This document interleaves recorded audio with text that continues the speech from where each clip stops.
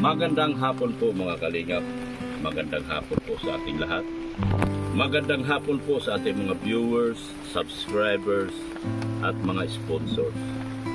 Magandang hapon din po sa lahat ng ating mga kababayang OFW. Maraming salamat po sa hindi po ninyo pag-escape sa aming mga videos po. Magandang hapon din po sa lahat ng ating tagasunod at tagapakinig. Mga kalingap, nandito po tayo ngayon sa bahay ng kapatid ni Kuya Baltasar at kapatid ni Jahin ni Milka po, para po dalawin na natin muli ang kanyang kalagayan. Siya po si Ate Herminia, isa pong PWD na stroke din po. 10 years ago na po ang nakalipas. Halika po mga kalingap, samahan niyo po ako sa aming pag-uusap. Tao po! Tao po! Magandang umaga po mga kalingap. Binalikan ko po si ate. Yan. Kumusta ka na, te? Dito po. Oh. May vlog kasi ako dito, vlog ko si ate. Kami dalawa. Oh, yan. Kumusta ng buhay? Kumakain pa rin kahit paano. Kumakain. Pinagluto nila ko dito. Pero nung time na walang kasama ang isa. Pinagluto kanila? Nung time na si mama hindi pa stroke, pinagluto niya. Kasi isang time ang gamit ko. Nung siya may stroke, mag-isa ko dito namuhay. Halos 2 taon. Makalipas ang 2 taon, simulang 2018, 19, 20, bumalik sila dito. May tagaluto sa akin. Diyan Pero ako. Di ba si yung tatay ni Milka, kapatid mo? Opo. Pang-ilan mo siya? Bali, kasi ang panganay ako. Sumunod si Regina, sumunod si Agripino, sumunod si Alexander, sumunod si Alejandro. Siya na nga yata ang pang-anim. Siya ang pang-anim. Pang-anim siya sa mga kapatid nyo? Opo, parang ganun po. Bulag na talaga siya? Bali po siya ay nabulag mga isang taon at kalahati. Nagkasakit po siya, nagtatay po siya, yung bulat umakyat sa matay. Kaya po siya nabulag, di siya nagalaga ng isang magulang. Kasi marami po kayong wandasin kami, pumbuhay po kami lahat. Pero po sa ngayon, siya po lang kami buhay, tatay. Siya kayo buhay? Opo, ako po ang panganay. Ikaw ang panganay? Opo. Paano mong, di ba ikaw ang tumutulong sa kanila? Sino po? Yung pagpatira doon sa kabila? Ganito po kasi yun. Yung bulag kong kapatid kasi, simula ko mag-asawa, nagkanak akong 2019, simula ko mag-asawa, iniwanan ko. Siya po nag-alaga kong anak na panganay. Siya na po nandiyan sa malaking kahoy, si pastor ang asawa. Ngayon po, pagkalipas po ang 8 taon, nag-asawa po ako.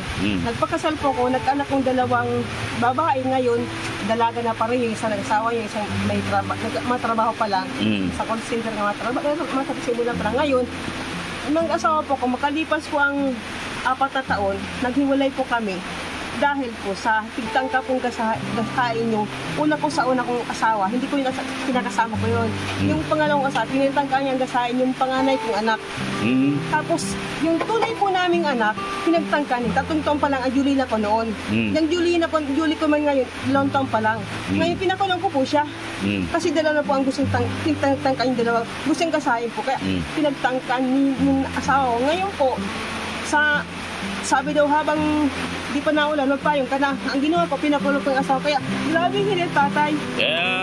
Yun siya, ibig sabihin, 2 beses ka rin pala nag-asawa? Ako po, opo. Mayroon kang asawa nung una? Isa po, isang anak ko. Isang anak mo? Sa pangalawa po, pag-isal po, 2 anak ko po. Sa pangalawang asawa mo, mayroon kang 2 anak? Opo, tinanong yun. Ngayon po, napakulong ko po siya. Hirap po, grabe po. Ako po nagtaguyod sa 2 anak na. Ito po malaki isang anak, yung panganay ko, nanay ko kasi nagpakalaki. Yung may-ari ko itong bahay. Tapos po, yung 2 anak ko, doon ka tumira sa bayan.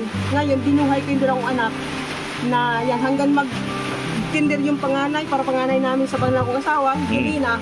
Tapos yung 2 anak, iniiwan ko sa kapatid ko pag-araw. Dahil siya naman, single parent tong araw din. Ang asawa ko, pinakulong ko po, mag-isa po na kung hingirin po ako, mag-isa po ako nagubay sa kanila. Iniiwan ko sa kapatid ko, tapos pagka iniiwan ko, pagkagabi lang po ako na-away. Grabe hirap, tatay, kaya nung makatapos ng grade 7 yung isa, yung parang panganay ko, yung isa wala pang tapos ng grade 6, na-stroke lang po tayo. Anong mga pamangkin mo sila, Milka? Pamangkin po siya. Mga mabuting bata ba sila? Mabuti po sila, mabait po sila, wala pong sabi. Kahit yung kapatid kong bulag na yan, marami pong naitulong sa akin. Siya po nagpalaki sa panganay kong anak nang naiwang.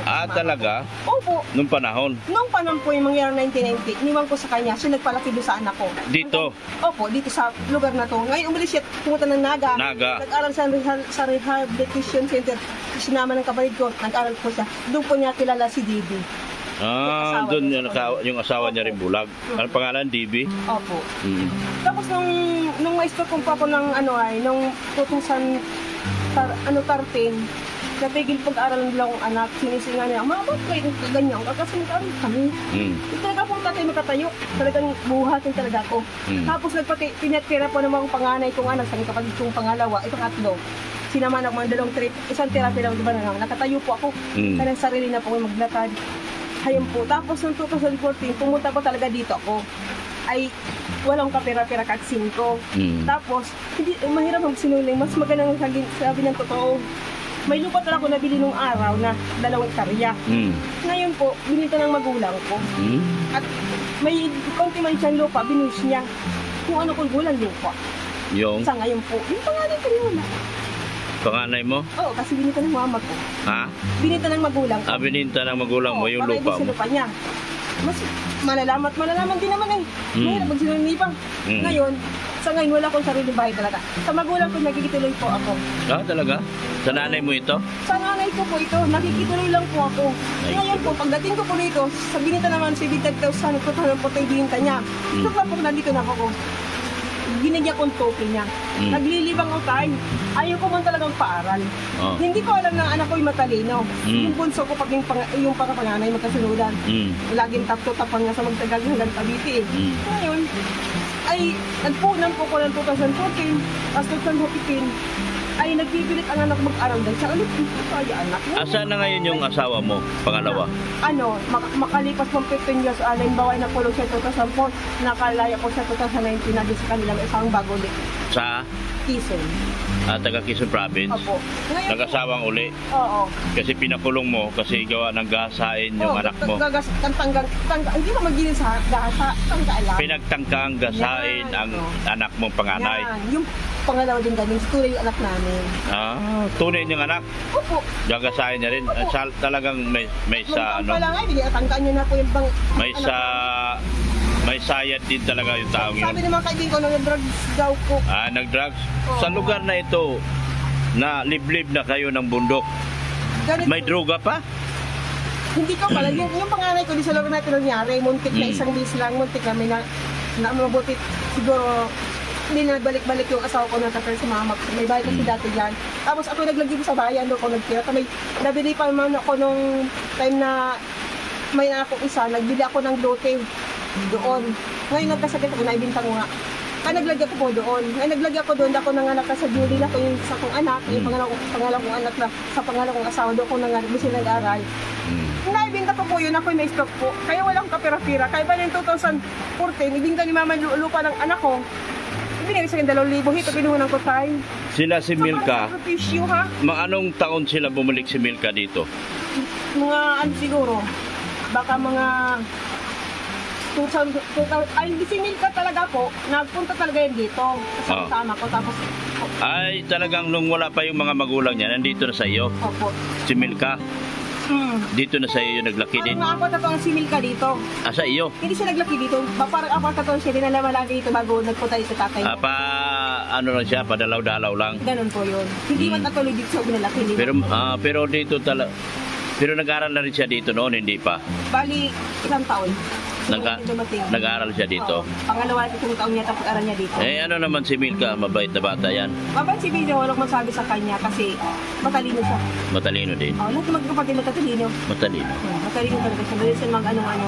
Kaya po tatay, noon ngayon, nagtindahan po ko tayo. 2,000 lang po. Ayaw kong pala sa bunso ko. Sige na nga, bahala na ako. Sige na nga, bahala ko, matigilan ka po, titigil ko. Ngayon po, isang araw, 2 buwan pa lang sa grade 7, kinakita sa akin ng card. Ay ko, yung gusto mo kong ganan. At tingnan mo, ang bilis ng anak mo. Ang talinoan niya ng anak ko. Yung panganay? Hindi ito, bunso ko. Yung bunso mo? Oo, yung bunso ko. Tapos, at yung panganay, ganun din yung magkasinulan. Top 2, yung isa, yung bunso laging top 1. Simulang grade 7 sa umpingan. Tapos, nagkakalipas sa isang taon, perfect. Anong pangalan ng panganay mo? Julina. Ay, yung sa anak kong una, Mary Jane. Mary Jane. Sa pangalawang asawa, Julina. Nasaan yun si Mary Jane ngayon? Hindi po sa malaking kahoy. Ah, nandito lang. Opo. Nag-uwi na ngayon. Kung maganda po tatay nag-lockdown, kung hindi ko siya makakasama. Hindi ko man siya kasama na oral, may pamilya man siya. Ah, may pamilya na. Nandiyan po. Yung si Mary Jane. Pinitingnan niya po dito. Kumusta? Ganun lang. Pero ang gawain dito ako po lahat. ganun? Alam ng panda ko yan, wala nagtulong. Ako nag-arrange po lahat yung tatay. Yung pangalawang anak mo, Nandun po sa Cavite, may asawa ng isang anak ko. may asawa na rin. Yung pangalatlo ko, Pangatlo, yung pangatlo kong anak, wala ako, dalaga po. dalaga. Kailan nakatapos ko parang pag-aral ng mga siguro itong taong nakaraan. Kaya hindi ko siya trabaho ng ayos. Pero nakapagtapos na yung bunso. Parang yung po grade 12. Ah, grade 12 lang. Walang kolehiyo. Yung isa, yung bunso ko yata parang nag-aral siya ng Korean language. Ah, so pero grade 12 lang. Grade 12 po siya. Ah, so akala ko pa nakapag-aral ng kolehiyo. Hindi po, sabi nga ng anak ko, mama, gusto ko magtapos, wala tayong anak, tira. Yan lang kaya ko kasi, well, mahirap tayo, walang tira. Alam mo, lahat lang yan, nakatapos silang dalawa. Dito ko lang po kinuha tatay pindan. Putak lang po siya kahit yung kamay ko ginamit. Anong kwento ng ano pangalan ng tatay ni Milka? Baltasar Bilga. Baltasar Bilga. Bilga. Oo. Anong kwento niya dyan? Paano siya nakarating ng daet? Paano po siya karating I mean, Naga? No, yung kapatid ko po sa nag-aaral kasi dun sa Bagong Silang, mayroong pas yung born again. Tapos nag-born again yung kapatid ko. Noon pa sila born again yan? Noon pa. Tapos, nandiyan yung kapatid ko, pastor na isa niya kasi nilati mo din. Nandyan. Pastor? Oo. Ah. Nagbisita din dito. Tapos, nung isinama niya doon sa Rebel Constituency sa Naga, sa Karawayan ba yun? Nag-aral po siya doon. Si Baltasar. Baltasar. Pag-aral niyo, doon siya nakakilala ng mga asawa. Habang nag-aaral siya ng Braille. Oo, doon siya nakakilala. Yung kamay? Oo. Braille. Pag-graduate niya noon, nakakilala siya doon na Kapwa niya rin? Kapwa niya rin. Doon din nakilala. Taga-Naga yung babae. Hindi mo malayo po. Pali doon sa Naga ng Arayobay. Taga saan yan?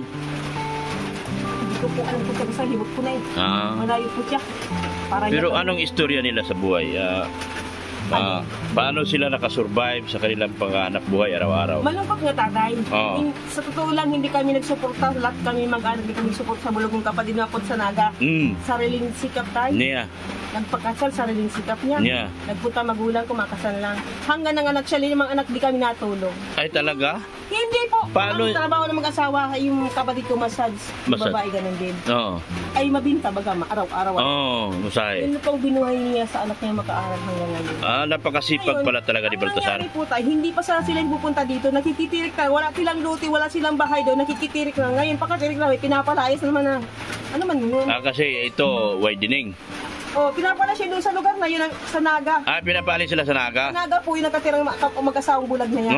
Ngayon, naglockdown po, baga, lalong mahirap, wala na baga yung wala na yung mga customer niya na mamasal siya na wala po. Kasi naglockdown po baga. Kaya naghirap na sila, kaya bumalik na dito. Kaya bumalik sila dito dahil wala na sila matitirhan doon. At pinaalis na. Kaya kawawa naman baga. Hindi nakakita. Pero nakakabili po tatay kasi ang 5 anak niya matatalino tapos napalaki po niya.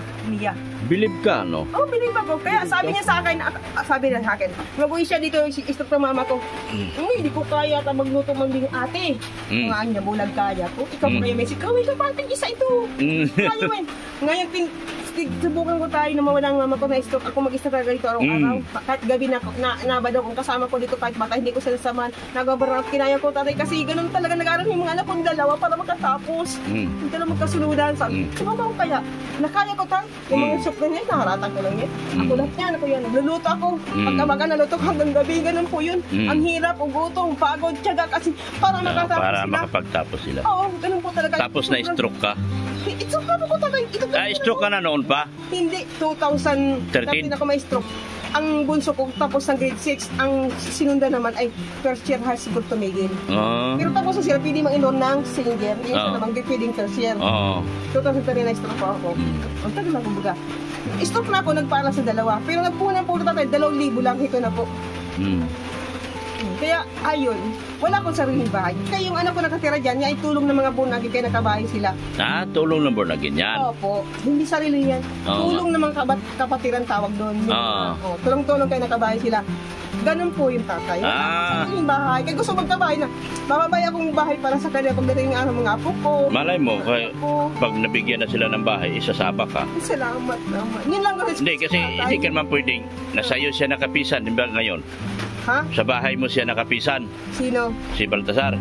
Ay, hindi ko may tubay kay mama. Ito yung kubog-kubog niyan. Sa kapatid ko yan. Kapatid ko yan. Hindi po pala ito bahay. Hindi ko Malay mo, hindi ka pabayaan. Mabay. Sa Palagi naman kayo nag-uusap ni Baltasar. Oo naman, nakaklose kami. Kasi nag-utang na hanggang ngayon. Yung ano ko, magkatabi sila doon. Wag hindi ako nagkamali. Kapag nabigyan sila ng pabahay, masasama ka. Salamat po. Simple lang na ba? Kasi tsahing, kayo man ang close ni Baltasar. Siya po, kami dalawa. Kami nagtulungan yan. Kaya sa totoo lang po, di dumating sila. Ate, utangin mo ako ng ganito. Sige po, sige, kasi lang wala ako.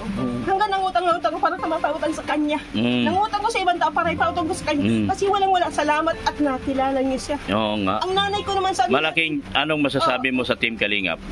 Maraming salamat po. Magandang kalooban niya. Lumating kayo. Ang mama ko sa lang, may lupa yan, pero kulang po yun sa amin. Sa kanya yun eh. Walang-wala ang mama ko. Kasi sumusuporta si mama ko. Siya sa kanya, bigas at sa kanin. Mag-grocery, pinaut. Saan ang mama mo ngayon? Ang tulog po. Ang mama ko. Ay, sorry. Ito pala si Mami. Sorry, hindi kita nakita, Mimi. Hindi po nakarinig yan. Ang mama ko po, simulan dumating ng April yung kapatid ko at lulimat na po dito. Siya po nagpapakain. Kahit ako siya nagpapakain kasi. So itong bahay na ito kay nanay? Opo. Kasi po, kumbaga ako sa ginto na ubos yung punang ko na pangutang, ay nakatapos yung pag-aaral ng anak ko. Hinanay ko naman pagkain hanggang ngayon sa amin ni Dari Pamilya. Totoong buhay po yan. Di ako nabiling dito. Nakakarinig pa sa nanay? Nakakarinig po yan. Paralyzed din? Ganito katulad po rin. Kami ang dalawa dito nagdama yan. Kami naiwan dito. Pinagluluto ko pa siya. Kahit ganun kalagayin ko tayo. Tatanungin ko lang. Kumusta ka na, nanay? Mabuti man. Anak mo pala ito, si Ate Herminia? Iyo. Paralyzed ka rin? Malakas kasi busis ko. Stroke din. Ikaw stroke din? Iyo. Mukha na nabala ito. Bali yung ganyan na. Nabali yan. Ay, bali nga yan kamay mo. Nito Mayo lang na siya. Slide dito na bali. Ni-hospital nga yan. Kaya hindi siya makatayo-tayo. Hanggang yan lang po siya. Ito palang bahay na ito, nanay. Ano pangalan mo, nanay? Rosa. Rosa. Ito palang bahay na ito, nanay Rosa. Sa iyo? Sa akin. Sila pala si Ate Herminia ay nakikitira lang sa iyo. Pati yung si Baltasar. Ay, galing no. Anong masasabi mo kay Baltasar, nanay? Ayaw, sabi ko sa hirap na ako sa kanya. Hirap na sa kanya. Dahil wala akong hanap buhay. Ako man ang pagkain sa kanya. Pero, anong masabi mo at na-discover namin na mga taga-Team Kalingap si Baltasar? At tinutulungan ng Team Kalingap ngayon? Baka. Mama, ang sabi dyan daw po niya, ano masabi mo na nakilala si Darren mga vlogger? Ano daw masabi mo po? Ay, mabuti. Nakalala kayo na Darren. Mabuti daw po. Baka ang kinalabasan nito magkaroon siya ng bahay. Magpasalamat ka? Masaya ka, nanay, para kay Baltasar? Masaya. Ano bang klaseng anak si Baltasar? Ay, mabuti. Hindi masaya sa oil na bata. Hindi soil sa Baltasar? Hindi soil, sotel. Kahit bulag? Masipag? Masipag siya. Magtrabaho? Oo. Kundi daw sa naga, ang trabaho niya masad. Masad? Walang trabaho siya. Walang trabaho po siya dito. Kaya kami dalawa tayo. Kaya, tinatagay ko na maski hirapan ko. Siyempre, anak ko. Buhay ko. Nagkanaw ang makawang kong pagkain. Kaya nila man. Mabuting anak pala si Baltasar, ano? Isa lahat pong Masipag. anak ko, mabait yan. Ha? Masipag, mabait sa lahat. Mabait si Baltasar, no? Opo, sa lahat ng kapatid, wala akong masabi yan kasi balat mo, tanulubusan niya. Oo. Siya rin nagpalaki sa panganay ko. Kung wala yan, walang mahalaga sa kapatid kong panganay. Ay, Siya ganon. nagpalaki. Oo. Iniwan ko sa iyo 2 taon yung panganay ko. Bumalik ako ay malaki na. Ay, iniwan mo sa kanya? Maliit pa, pero naiwan na yung siguro kay mama, siguro mag-grade 2 na. Saan ka nagpunta noon, panahon na yun? Trabaho ko sa Batangas po, kaya nabilan ko siya ng Sa totoo lang po tatay, nabilan ko siya nga ng kaparanggot na lupa. Ibininta nga ng mama ko.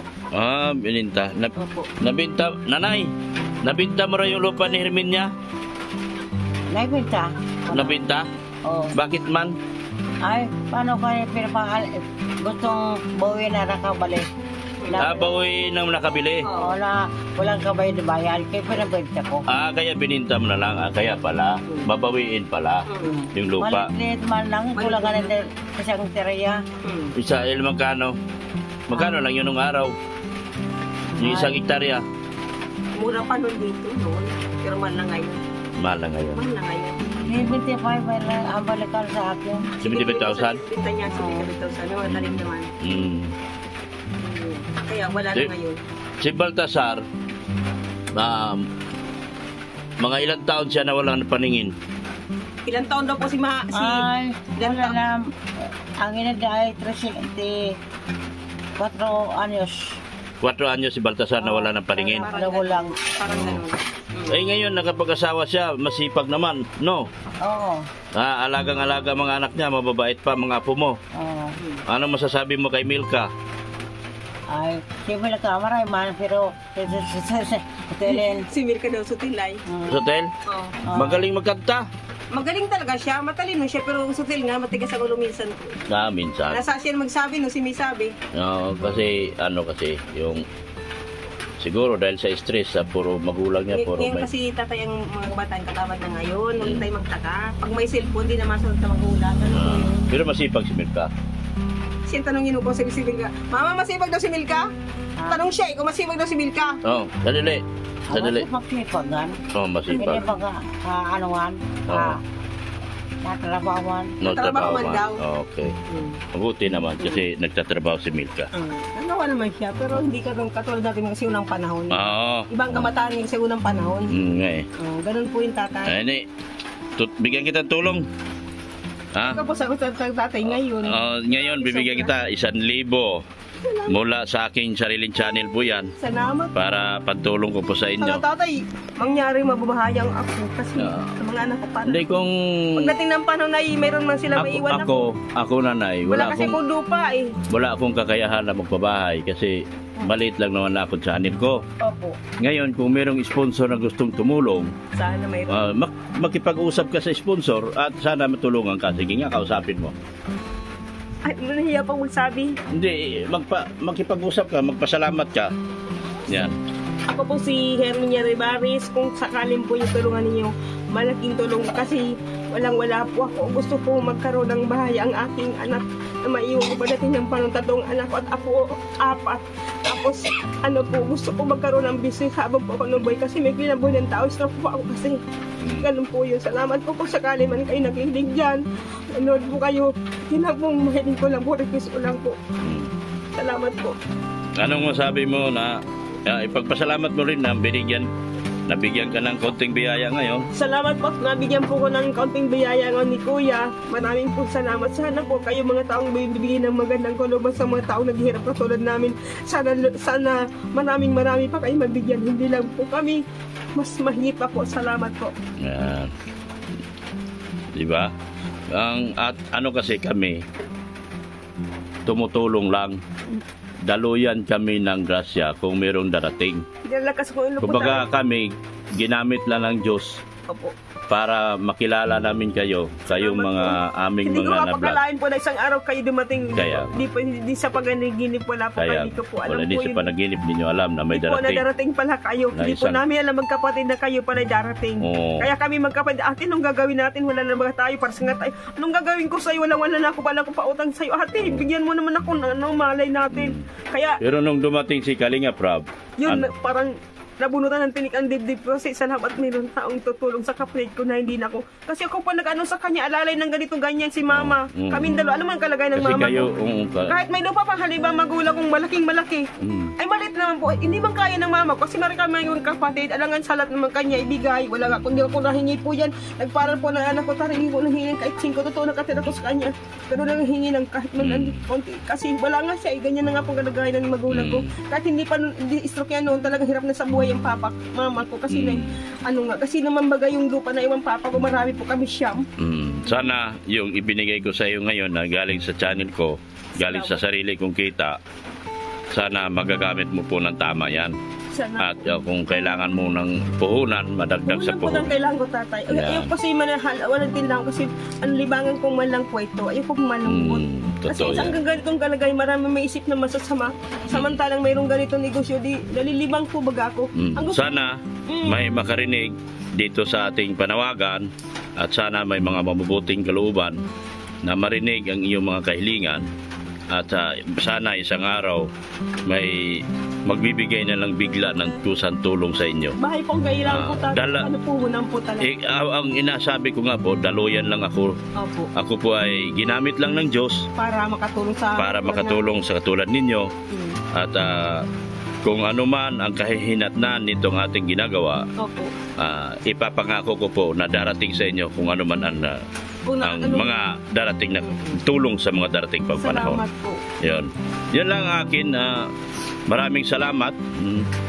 Maraming salamat sa kabutihan at kami ay inyong pinatuloy dito sa inyong bahay at kami ay kinakausap.